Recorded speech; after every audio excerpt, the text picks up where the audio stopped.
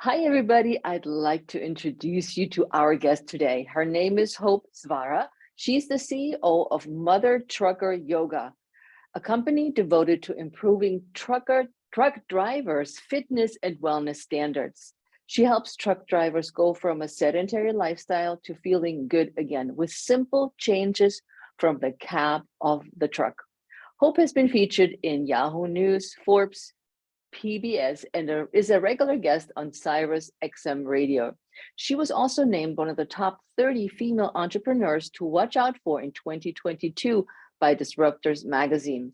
Hope's mission is to help 1 million drivers change lanes in their health and fitness by 2031. Welcome to the show, Hope. Thank you so much for having me on. I am excited for our conversation today. Now, you guys may be wondering, Heike, truck drivers, we are empty nesters in midlife. Now, what are you thinking having this guest on? Hear us out. You'll be surprised what Hope has to share with you as we're diving into what her business is all about and the intentions behind the business and how she got started, of course. But first, we want to know, what are you most passionate about, Hope? When you peel back all the layers, I am most passionate about helping people excel. I think my name kind of speaks for itself. When you look at the word hope, HOPE, helping others purposefully excel. And that's really been something my entire life I have been passionate about doing, whether that's fitness or mindset or business. I just believe everybody has a purpose and everyone deserves to live out that purpose. What a great acronym. I think so too. Did you come up with that? For years, I've been in business for more than 20 years, and I've always what could my name mean? And about maybe 10 years ago, I was at a business coaching seminar, and we were talking about the purpose of names in your business, but also your name. And I'm looking at the letters of my name, and I'm like, what could this mean?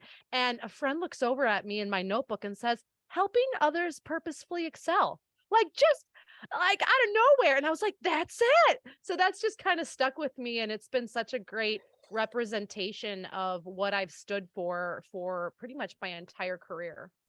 Yeah, that's funny because I was thinking of my name, Heike. I'm like, that doesn't really mean anything to anybody. And people ask me, like, what does your name mean? I'm like, nothing. It's just a name. It really just is a name. I love it.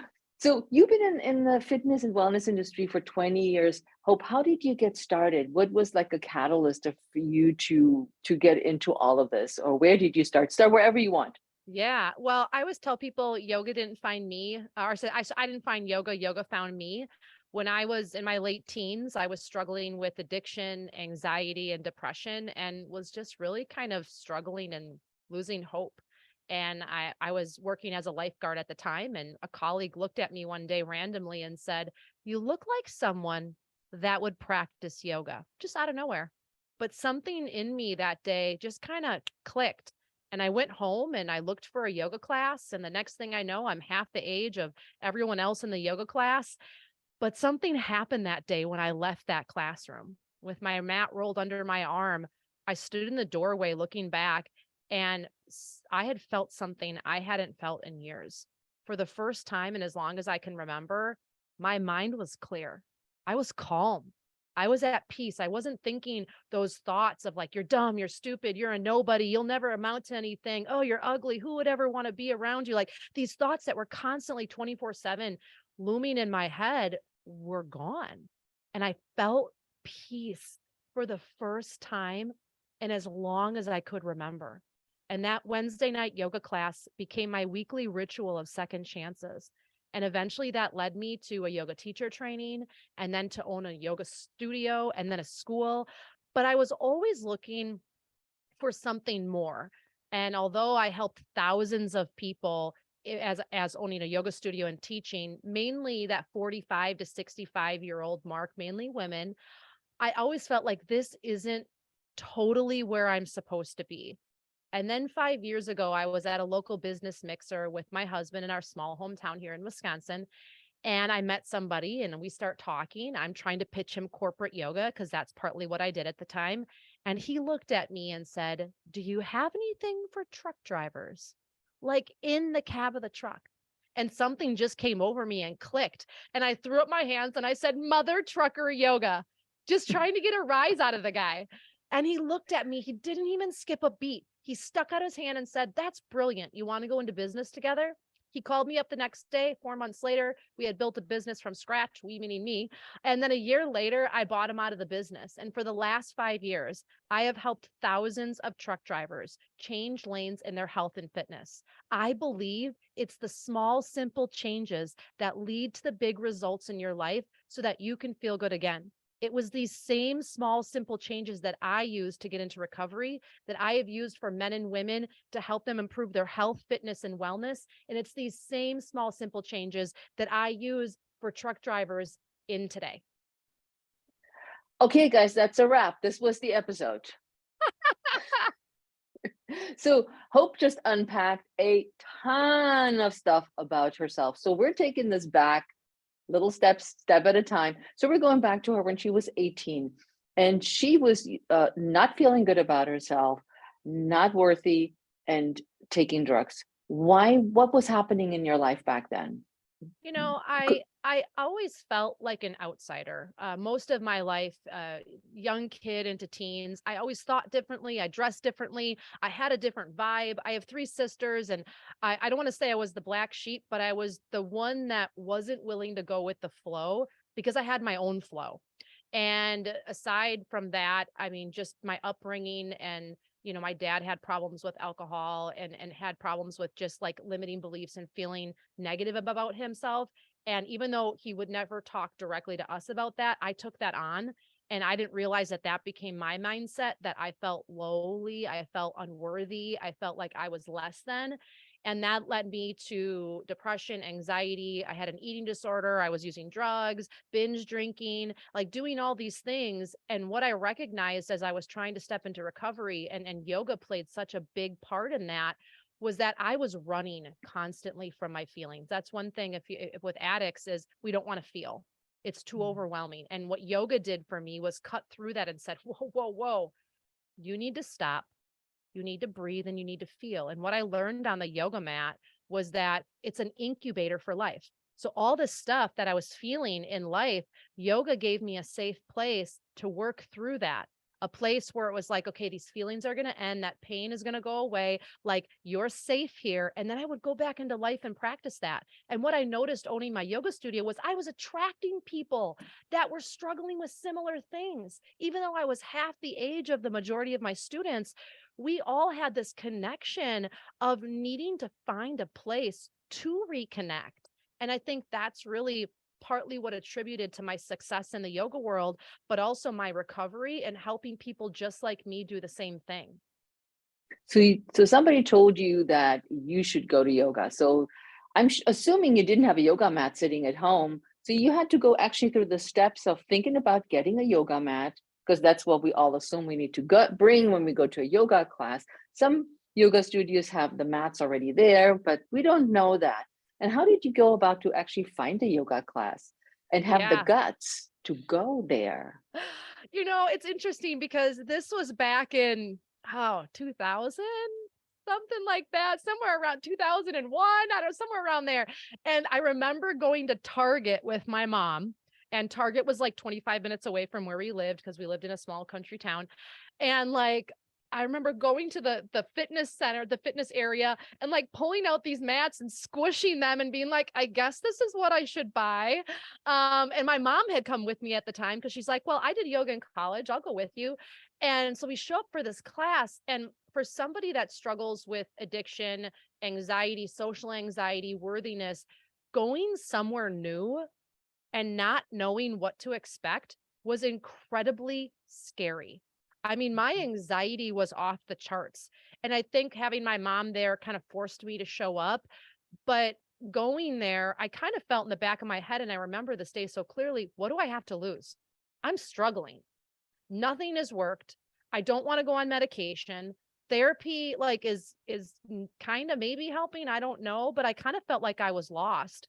And showing up for that yoga class, once I got on the mat, it was like all of those worries melted away. You're so concerned with not falling over and shaking and breathing that you kind of forget everyone around you is there. And I just went to a gym in the town nearby. There really was no yoga studios at that time in my area. It was kind of like rec center style and gym style, but it was enough to get me started. It was enough to get me hooked. And interestingly enough, a year or two in, my yoga teacher, who was just kind of, I call her a gym rat style yoga teacher, but she played the role I needed. She just looked at me after class one day and said, "You're really good. You should think about teaching yoga." Never in my wildest dreams did that occur to me. But at the time I was going to college, going through the motions, because that's what you do after high school. They told you got to pick a college. But her saying that completely changed the trajectory of my life. I went home after class that night, got on my dial up internet, and found a training in Colorado. I don't know, that's just what popped up, and was like, that's it. It's just, I just felt like that was where I was supposed to go. Showed up the first day in that yoga training. I sat down in the circle of 11 of us, youngest again by half everyone's age. And in that circle, I felt like this is where I belong. I need to be a yoga teacher. I went back. I put my admittance on hold for college. And then in January, that was fall, I didn't go back. And I was like, this is my career. This is what I'm supposed to be doing. Simultaneously, I found my calling, but I also found my place of healing. And I was fortunate enough that the two were one and the same. It is very gutsy to listen to you and saying, with anxiety and with all the feelings you had, stepping over the threshold into the yoga class, actually continuing that journey down, and consistency of keeping going. Because for those of us who've practiced yoga, yoga is not easy. And we, like you touched on, is balance. Balance is definitely something that is required when doing all the standing poses. And it can be quite intimidating being in the room of other people. As much as we like to believe that yoga is also holistic and also good for us, we're looking at the person next to us that is wobbling or doing a much better pose than we do, or hold it much longer. So, and then going on to directly into a teacher yoga teacher training, Yeah. that is quite another demanding challenge again, because you now have to perform the poses in order to Hmm. pass a test. And I'm assuming you did a 200-hour yoga I training did, practice. yes. And then I went on to do the full 500 and then many other trainings after that. Here's something really interesting that I discovered, and I think a lot of women can relate to this. I mean, I had debilitating anxiety to the point where it was like I'm on my floor in my bedroom, like panicking, shaking, can't move, like debilitating anxiety. But every single time I was kind of, I guess you could say, in alignment with what I was supposed to be doing next. It was almost like that paused, and I was able to make a decision and move forward on that. I don't know how to explain it. All I can think is when you're on your path, like you're able to dig deep and find that. And so for empty nesters, my oldest is 14 now, but a lot of my friends are 10 and 15 years older than I am. And I work with a lot of men and women in the trucking industry even now that have got into trucking as kind of their second career. Their kids are gone. They want to travel. They do it with their spouse as a team driver. And so they kind of get a little bit of a both ends of the spectrum here. And what I've discovered with kind of being in alignment with your path and making those decisions is when it is your right next step, it's like all that stuff fades away. It was like the universe pushed pause for me and was like, go home and find a yoga class now.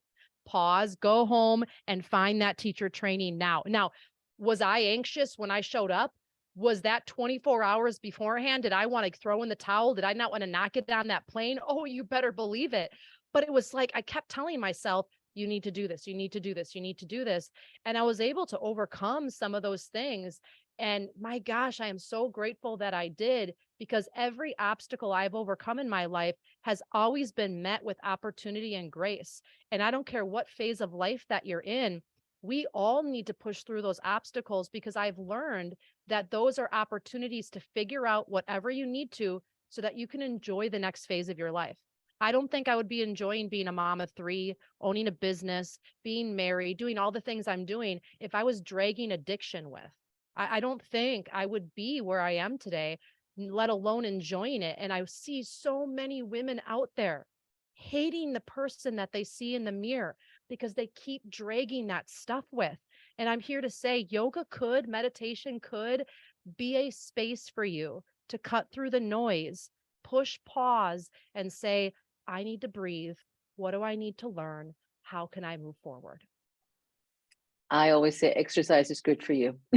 Oh, on every level, every level. I used to tell my students after class, I'm like, no one ever has left my doors saying, well, that was a waste of time.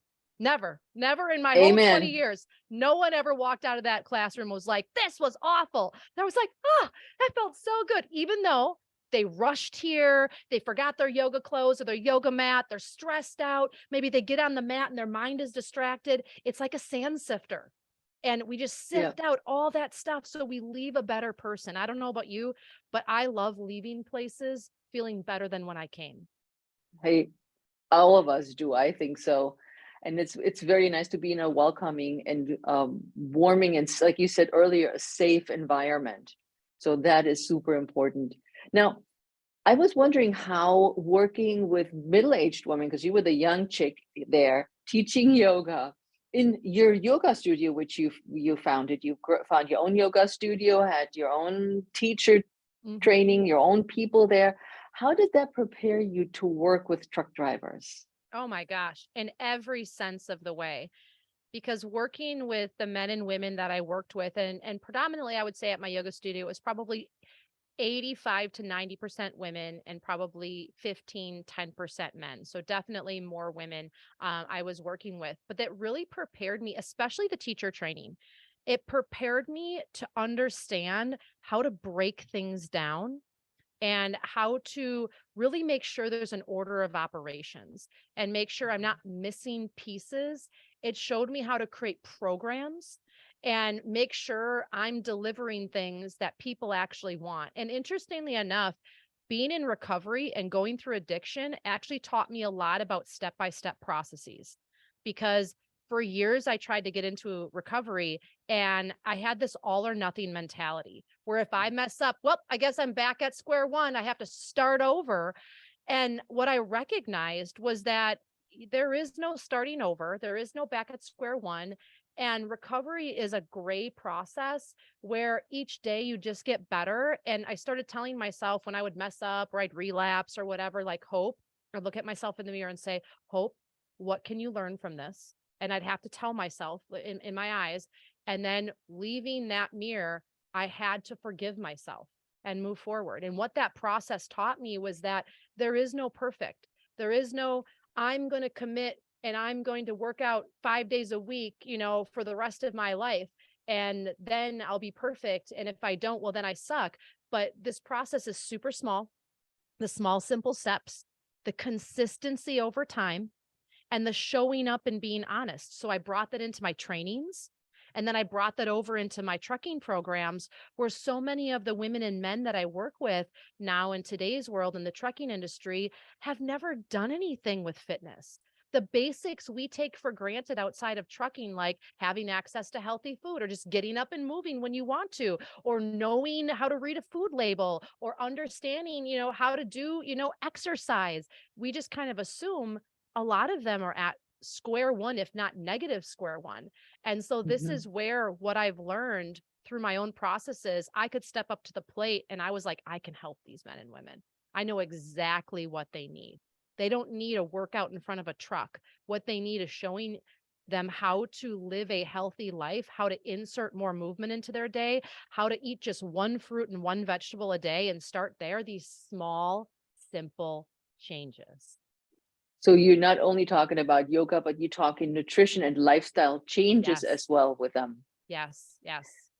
which I think is important when you think about truckers. And I have a friend that is a trucker. So she's out there with her big Big 18 wheeler, her big rig. 18, one of those big ones, right? And then she's driving, and I know she's has a dog and she walks with her dog, but she's not otherwise, as far as I know, much active or pays attention to her lifestyle. And Yes. so the baby steps is also, and that was my next question for you. It's like, how do you how are you going to be active if you haven't been active before? For years you've been driving. I know it's hard to overcome that habitual just sitting and not doing. Yes. Well, I think it's twofold. One, for a lot of drivers and really just men and women in general that I've worked with over the years, we first have to acknowledge the mindset that we have, like, oh, I'm not healthy, or oh, I can't do that, or I'll never be blank. We have to recognize that those thoughts are in our head and they're not real and they're not accurate. So that's the first thing, because you can attempt to make all the right behaviors and all the right choices and all the right actions. But if up here it's a battle, I used to say I had a healthy mind and an addiction mind. And my addiction mind was louder than my healthy mind for years. So I had to make sure the volume in my healthy mind, even though I didn't believe it at first, was loud enough to drown out the addiction mind. So eventually I would start believing these things. So that's the first thing as I work on mindset with these drivers and talking about setting goals and talking about being worth it and talking about having aspirations and treating their body with respect and doing this not just for themselves, but a lot of them are like, oh, I have a spouse at home, or I want to get on the floor with my grandkids and play, or I have a woodworking hobby. Well, you're not going to be able to stand in front of a table saw if, your legs hurt all the time and, your back hurts all the time. You're not going to be able to get, down on the floor with your grandkids or your kids if your knees are blown out and you're out of breath, just getting up out of a chair. Like, we have to find those whys and those goals, and we have to start changing the language in our brain. That's really step one. But then step two is setting realistic expectations. That's the Mhm. second piece. I have a motto, 1% better. If every single day you woke up, focus on just being 1% better, at the end of the year, that's 365% improvement. So many people I have worked with over the years, thousands of people, have this mentality of, if I'm going to get healthy, I'm going to work out 5 days a week. I'm going to get up at 5 a.m. I'm going to go to the gym. I'm never going to eat anything with sugar ever again a day in my life. They go 0 to 60 overnight. And then they maybe do it for a week or a day or a minute. And then well, that didn't work. And then they throw everything that revolves around health and wellness out the window. It's this stark contrast of black and white. And I'm here to say, if you eat one salad every day and still have the Big Mac, that salad still counts. If you still drink the soda or the pop, but now you drink a bottle of water before you do, that water counts. Like, if you get up and you walk a few extra laps around your truck during your pre-trip check, that's what they do before they go out of the road. They got to check their truck. Those steps count. If when you're in your driver's seat, you roll your shoulders, you have a hand weight and you do some bicep curls, you stretch your wrists on the steering wheel, all of those movements count. Nowhere in life is there well, now that cancels out. No, that's not how it works. And so I really want to show these men and women, and for listeners today, the tiniest, smallest, simplest additions and changes to your life, when done consistently, repeatedly, add up to some really significant changes. Amen to that. That's what I think too. And many people are so hard on themselves if they don't, like you said, they don't do the 5 days a week. They don't eat perfectly. And it is such a self-defeating thought in itself. And I think that the health and fitness industry doesn't give us the guidance that we actually should get from the industry, because they want to sell their products. They want to sell their Yes. sugar-loaded drinks and shakes and God knows what is out And there. equally, the reverse. Everything health and fitness out there is all extreme.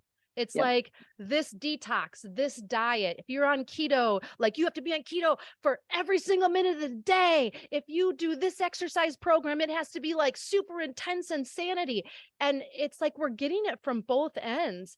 And for me, again, I'm going back to my own personal journey. The biggest reason why I got into recovery, I was told by not one, not two, but three doctors, best case scenario, I learned to live on medication indefinitely and hopefully learn how to function in society. And I Mm. decided that that wouldn't be my life. And yoga and meditation and all of these things, what they taught me was that it's the tiny little things done incrementally, where I then have to self-reflect and evaluate, what am I learning from this? Where are these patterns showing up? I learned in yoga that the way I behave on the mat was often a mirror for how I behave in life. Things I was avoiding, I was pushing myself in certain poses, super aggressive, certain poses I was avoiding. It's like, oh, where are you doing that in your real life, Hope? Oh, what's going on out there? And I could start to see the connections. And then as a teacher, I started verbalizing these ahas I was having to my class. So it wasn't just me teaching poses, it was really me sharing my life. And what I realized from that was other people were also struggling, people that looked like they had it all together. And we all kind of created this community of misfits, I guess. We're all misfits in some way, but we all wanted to better ourselves. And this whole philosophy of small, simple changes and 1% better, I didn't call it that at the time. I started to attract more and more people that they wanted that too. They didn't want to be an ultra marathoner. They weren't interested in being the most flexible person to put their leg behind their head. Like, what good does that do? But they all wanted to be better humans. They all wanted to love themselves more. They all wanted to like the way they looked, how they felt. And that was really the philosophy of what I was teaching. It was more than just yoga poses. It was a lifestyle. Mm. So when you take us back to you went to that conference and you ran into that person that became your partner. Tell us about this whole scenario. So I know about it because I followed up on wherever I could find you, but our listeners don't know. So you go to the conference and you're teaching yoga, you have your business, you're doing your thing, and there is this person. Okay, so actually, it was a small business mixer here in my small hometown in Wisconsin, local business owners. So not yoga, not fitness. It was just like they called it a brandy old fashioned mixer because those are popular in Wisconsin. Maybe 25 people there. A lot of them older men that own businesses. My husband's in local politics, local government. And so I went with him. And there's this guy. I've never met him before. I didn't see him. He's not from the area. And I start talking to him at a table because everyone else is kind of chit chatting and my husband's doing his thing. And I'm just kind of, hey. And I look over at him and we're chatting and I'm trying to pitch him corporate yoga because I knew that he was starting a brokerage with a trucking company in my area. That much I did know. And so I'm like, oh, great opportunity to like grow my yoga business because I was trying to figure out what my next steps were in life as well simultaneously. And I thought, oh, another avenue. And he just looks at me and is like, do you have anything for truck drivers in the cab of the truck? And I think I'm witty sometimes. And when I threw out the idea of mother trucker yoga, I was really just joking with the guy, like trying to make the conversation fun. And he took that as like a business opportunity. And I really attribute my stepping into trucking 100% to him. And although we parted ways, he was my validation in trucking. Trucking is a really hard industry to get into. They're a very close knit family.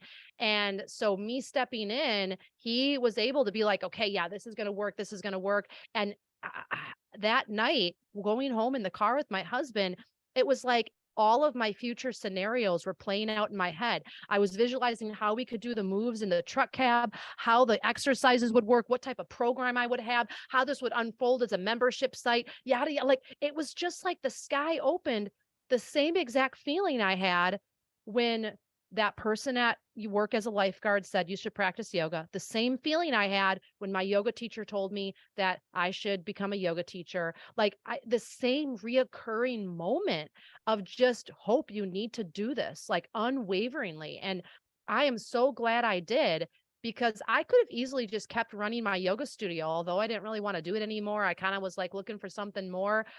I thought, if I don't do this, what's the worst that could happen? And for listeners, maybe you're at a place in your life right now where you're thinking you want to change. My question to you is, what's the worst that could happen if you do what's on your heart?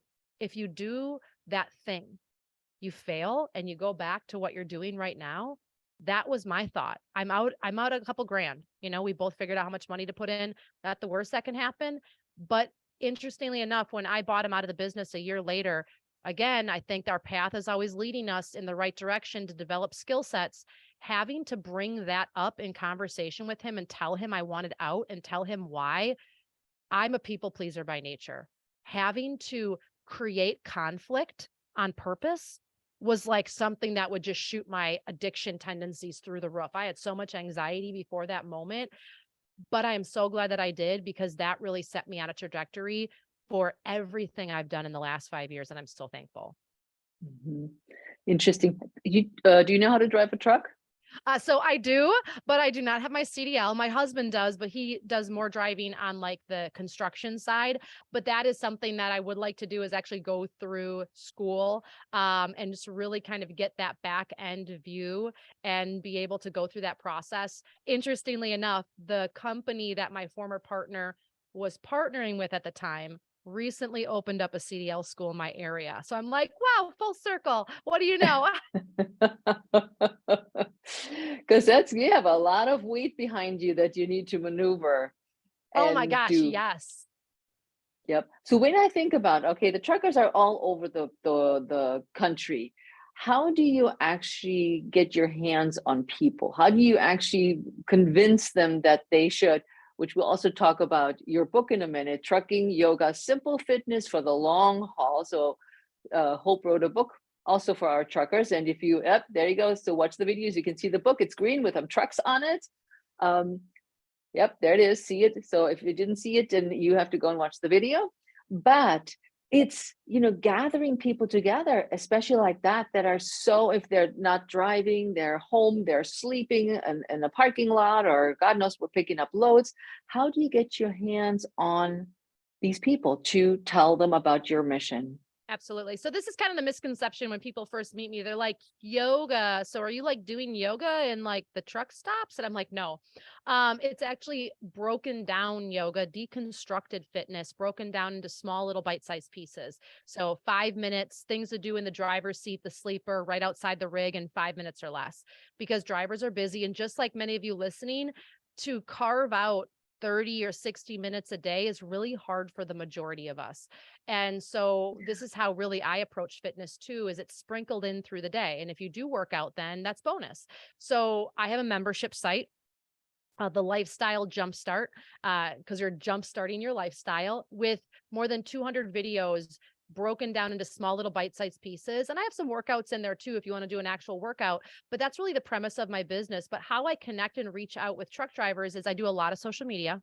I do a lot of stuff just like this. I speak at a lot of the trucking conferences, but I also had a partnership a few years ago with TA Petro, where I went stop to truck stop every single month. And I did meet and greets with truck drivers, talking about health and wellness, turning them in the direction of what TA Petro had for healthy food options, and just really introducing them to this concept of health and wellness, because there are so many drivers that just don't think that they can be healthy. There's still that stigma, but there's a whole wave of new people coming into the industry that aren't willing to sacrifice their health and well-being, like the generations that are currently in trucking and on their way out. They're not interested in just getting her done and self-sacrifice. Like, there's a new culture coming in, and it really is my job, and I feel like it's my purpose to be able to integrate trucking and health, and trucking and fitness, and trucking and yoga together, to show these men and women that there are better ways to take care of themselves.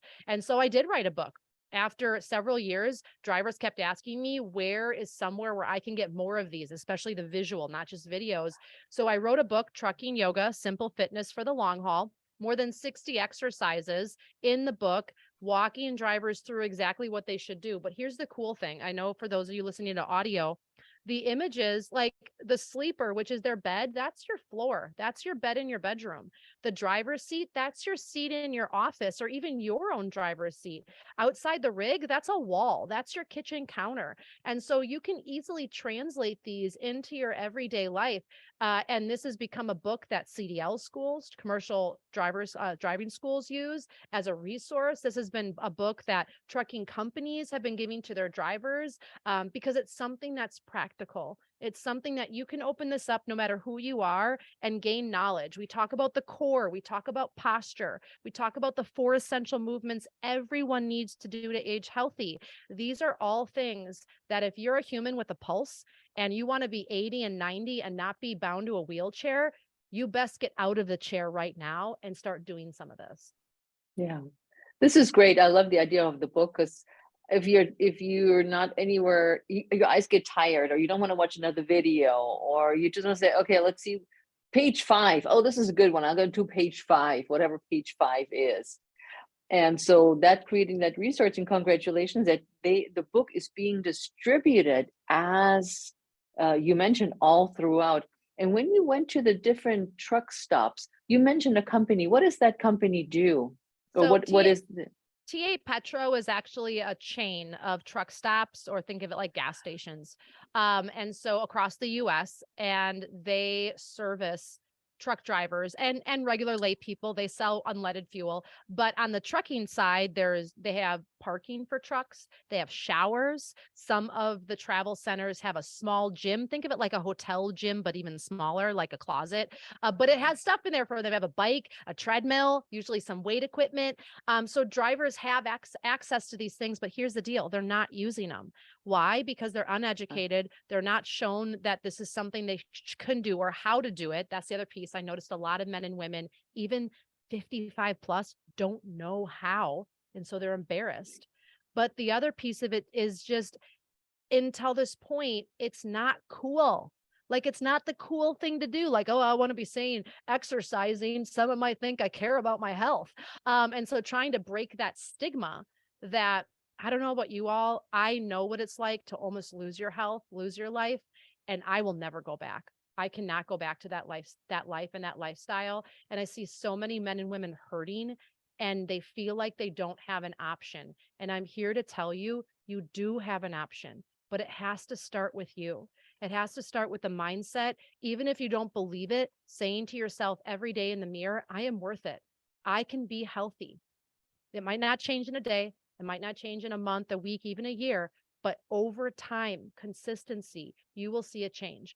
I did not get into recovery until several years after making the decision that I was going to go for it, because it's a process. I had to weed out all of the stuff that I had collected that had gotten me to that place. And if I would have never made that point to say, I'm going to do this, and every time I messed up was willing to forgive myself and move forward, I would have lived up to the idea of what those doctors told me, functioning in life on medication and just hoping for the best. Every single person listening here, you deserve to have the highest quality of life, but you have to decide you're worth that first. that was perfect final departing words, Hope. That's like, okay, here we go. Now, my question is, where can people that are truck drivers or not truck drivers, and I'm sure hoping that my friend is listening to this episode because I know she does listen to my podcast, can get your book? Absolutely. Well, you can find my book, Trucking Yoga, Simple Fitness for the Long Haul. You can find it on our website, mothertruckeryoga.com, but we're on Amazon. And if you got Amazon Prime, just click that button. It'll be sent right to you, so that there are no excuses for you to be able to get healthy and fit. And even if you're not a truck driver, I can't emphasize this enough for you to buy this book, because my yoga students for 20 years before trucking were really the inspiration for this book. And when I stepped into the trucking industry, it just solidified how to put this together and who to write it for. But it's also written for every single one of those students that has ever stepped on a yoga mat with me. Yep. So listen, guys, you don't have to now start changing careers, become a truck driver. You still can do the exercises, and they're so good for all of you here. So Hope, thank you so much for sharing some hope and inspiration as we're sitting too much and as we're moving forward in life. Thank you. Thank you so much.